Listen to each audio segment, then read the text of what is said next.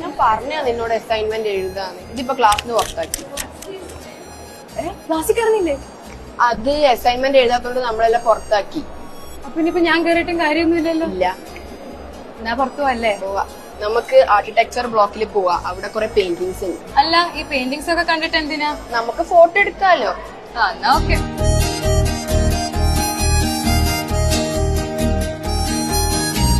Hi, നല്ല mirror വാ, നമുക്ക് ഫോട്ടോ എടുക്കാം.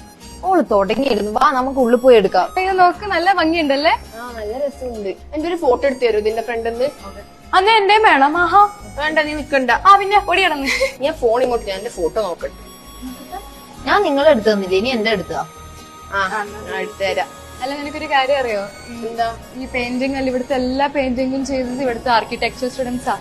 നല്ല കഴിവുള്ള പിള്ളേരല്ലേ. നമ്മളെന്തൊരു അസൈൻമെന്റ് വരെ ചെയ്യുന്നില്ല.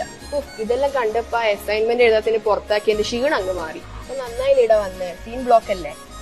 എന്തായാലും ആച്ചാല ആർക്കിടെക്ചർ പിള്ളേര് നല്ലപോലെ ഡ്രോയിങ് ഒക്കെ ചെയ്തിട്ടുണ്ട്.